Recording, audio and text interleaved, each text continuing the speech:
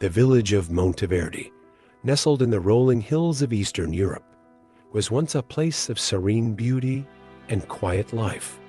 The fields, once golden with wheat, were now scarred by the tracks of tanks, and the village streets, once bustling with markets and laughter, were eerily silent.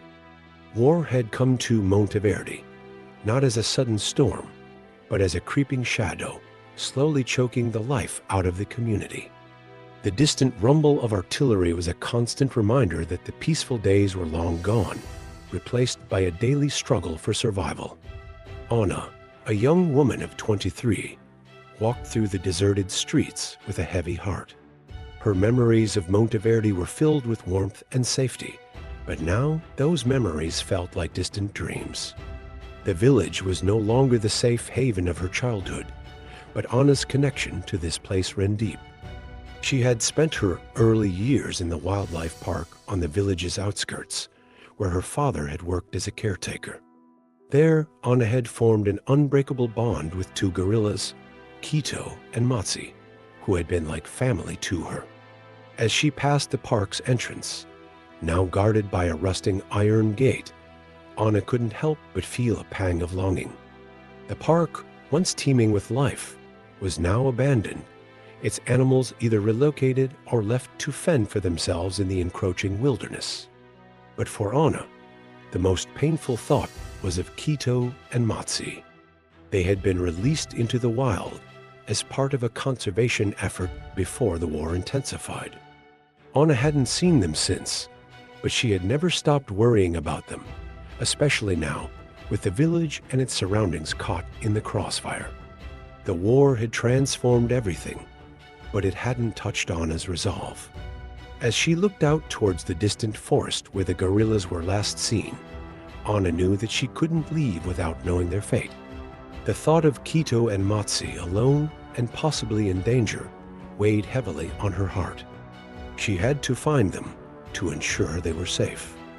The village may have been a shadow of its former self, but Anna's determination was as strong as ever, setting the stage for a journey fraught with peril, but driven by love. The morning after her walk through the village, Anna was jolted awake by the sound of hurried footsteps outside her door. A neighbor, breathless and wide-eyed, handed her a crumpled note. The message was brief but chilling. The area where Quito and Matsi had been released was now an active battleground.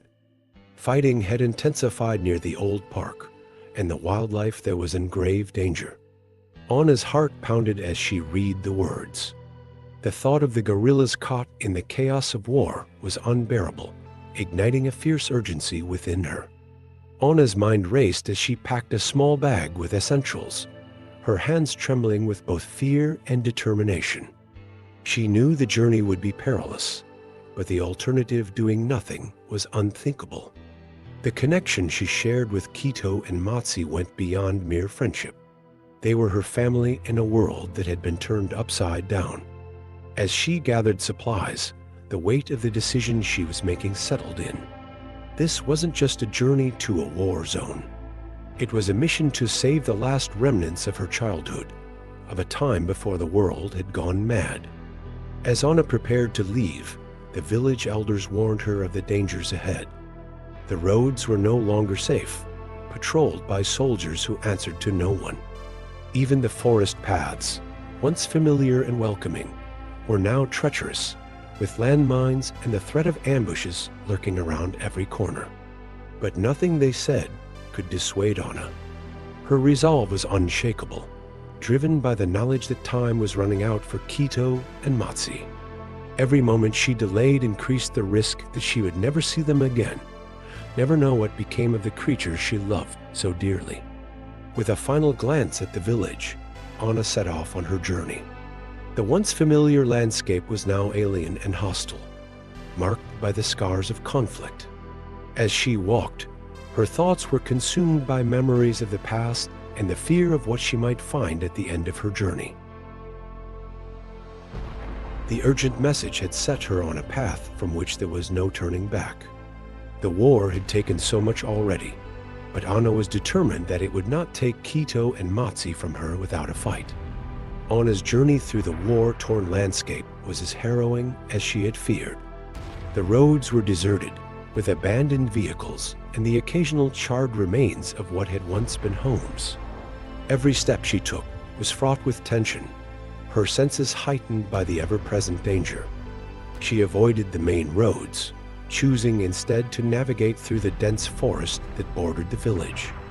The familiar trees, once a source of comfort, now loomed ominously overhead, their branches twisting like the gnarled hands of an unseen enemy.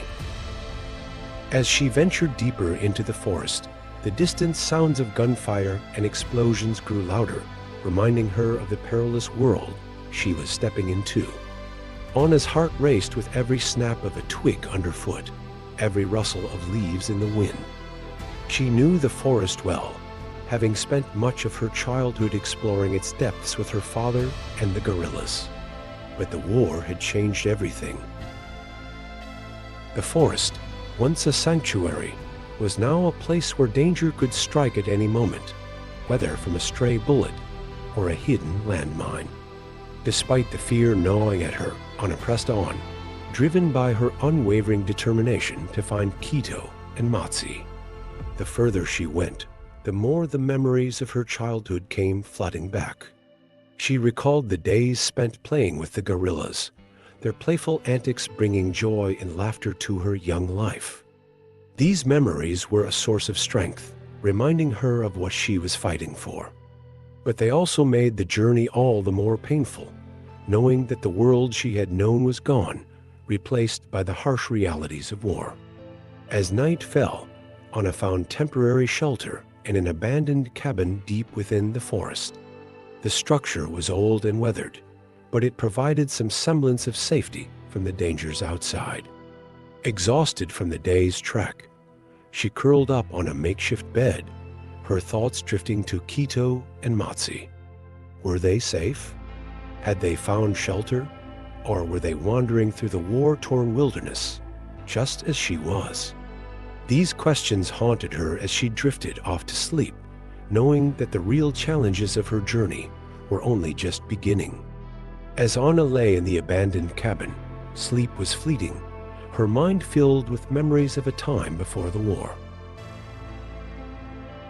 She recalled the first day she met Quito and Matsi, two young guerrillas brought to the park as part of a conservation effort. Her father, a dedicated caretaker, had introduced her to them with a smile, knowing how much she loved animals. From the very beginning, there was a connection, an unspoken bond between the young girl and the guerrillas. They were more than just animals to her. They were friends, companions in a world that was still innocent. Anna's memories transported her back to those sunlit days in the park, where she spent hours playing with Quito and Matsi.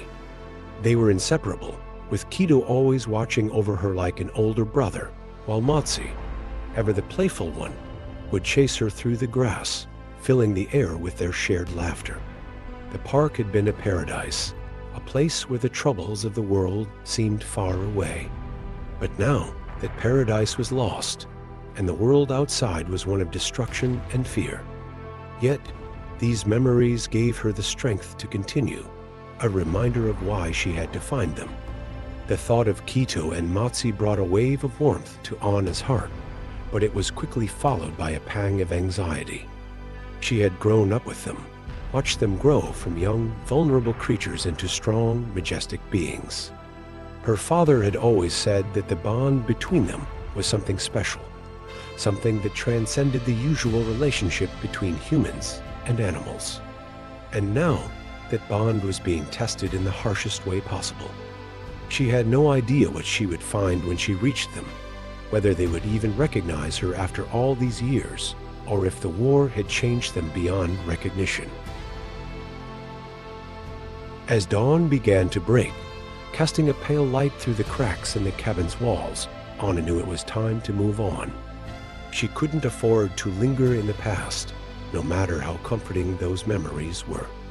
The journey ahead was dangerous, and she needed to be focused. But as she stepped out into the morning light, she carried those memories with her, using them as a shield against the fear and uncertainty that lay ahead.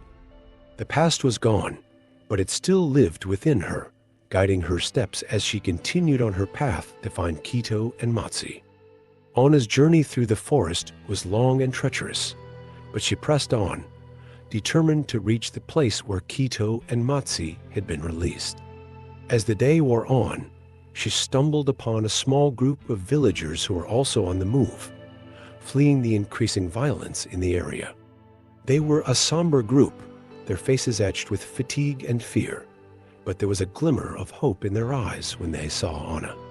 They were heading in the same direction, toward what they hoped was safety, and offered to travel together for mutual protection.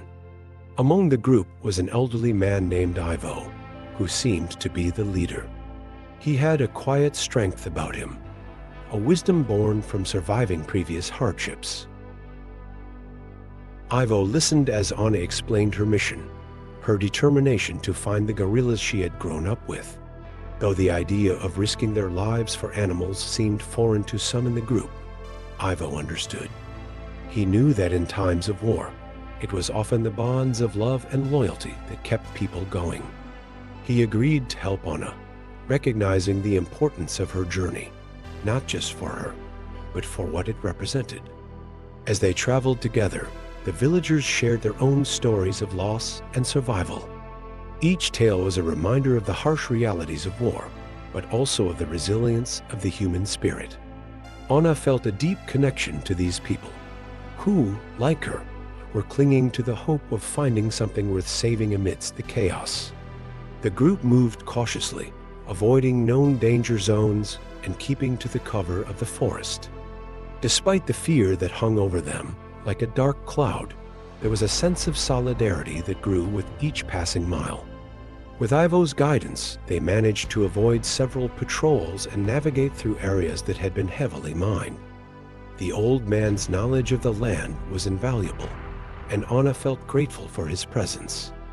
As they neared the outskirts of the park, where Quito and Matsi were last seen, the group paused to rest. The journey had been grueling, but they had made it this far together.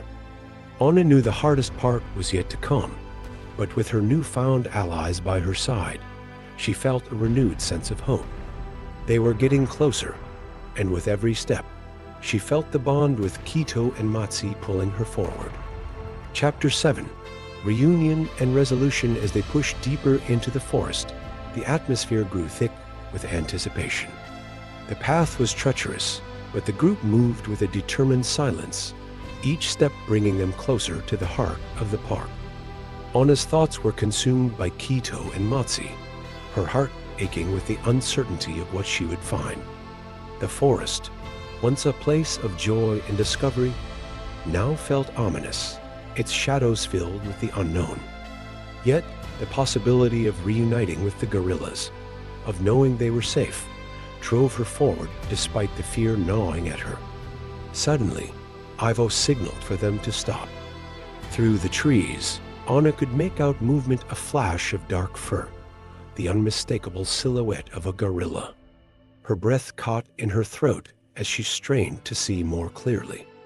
The group remained still, hidden among the foliage, as Anna slowly stepped forward, her heart pounding in her chest. She called out softly, her voice trembling with emotion, "Quito." Matsi, the forest seemed to hold its breath, the only sound the rustling of leaves in the wind. Then, from the shadows, two familiar figures emerged. Quito and Matsi stood before her, larger and more powerful than she remembered, but their eyes held a recognition that made Anna's heart swell with relief. For a moment, the world around them ceased to exist as they stared at each other, a silent acknowledgement of the bond they shared. Quito was the first to move, slowly approaching Anna with a cautious but familiar gaze. She felt tears welling up as she extended her hand, and when Quito gently touched it with his own, the connection was immediate, as if no time had passed at all. Matsi followed closely, his eyes filled with curiosity and warmth. The reunion was emotional, a testament to the enduring bond between Anna and the gorillas. The group watched in awe as Kito and Matsi embraced Anna, their low, comforting sounds echoing in the forest.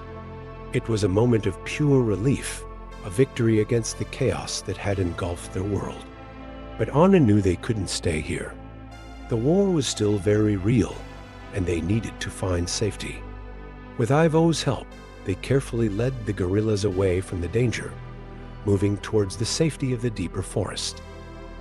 As they walked, Anna felt a sense of fulfillment, knowing that she had found her friends and that together they would face whatever came next. The group moved cautiously through the dense forest, the weight of the war still heavy in the air. Kito and Matsi walked close to Anna, their presence a comforting reminder of the bond they shared. The deeper they ventured into the forest, the more the sounds of battle faded, replaced by the quiet rustle of leaves and the distant calls of birds. Anna felt a sense of calm wash over her, a stark contrast to the fear and tension that had accompanied her for so long. They had escaped the immediate danger, but the journey was far from over. As they reached a secluded clearing, Ivo suggested they rest and gather their strength. The group set up a small camp, the villagers grateful for the respite after days of relentless travel. Anna sat with Kito and Matsi, watching as they explored their surroundings with a cautious curiosity. She marveled at how they had adapted to the wild, yet had not lost their connection to her. It was a testament to the strength of their bond, forged in the safety of the park and tested in the chaos of war. As she stroked their fur, Anna felt a deep sense of gratitude.